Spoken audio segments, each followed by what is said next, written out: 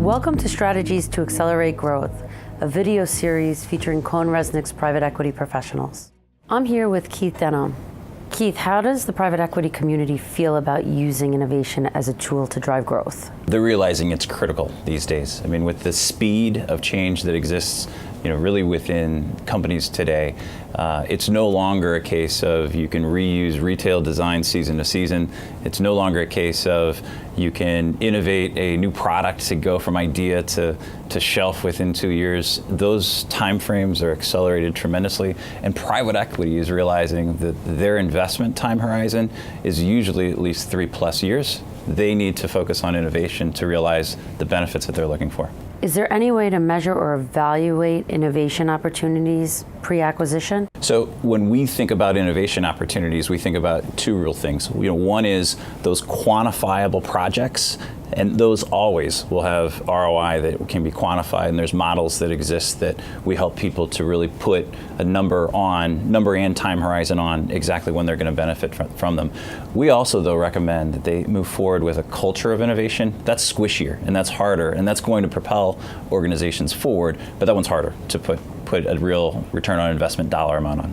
What happens to companies that actually commit to a culture of innovation? We think back to the big innovation today, and it's less about Watson come quickly, some invention sort of happens overnight, and more about a culture of innovation that drives companies like Uber, who didn't invent the on-demand car service, or Google, who didn't invent the browser, to really execute in a way that they're taking the culture of innovation and the ability to execute and really dominating their competition. That happens in portfolio companies as well. So when we think about this culture of innovation, it's what enables an organization to take those great ideas that may not be the ones they invented and really get return on them.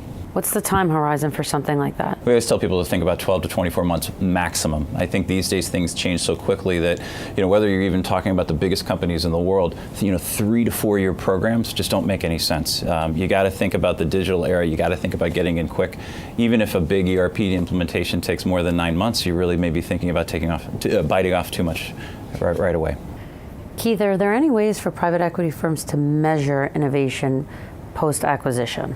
That's where it really comes to life. So if we're in a situation where during the due diligence process we identify opportunities to drive return, the post process needs to get to work immediately, to really bring those plans to life so that you've got a real blueprint, a real design plan, and a real ability to say, here are the steps that we're going to take to get to the point where you drive that return.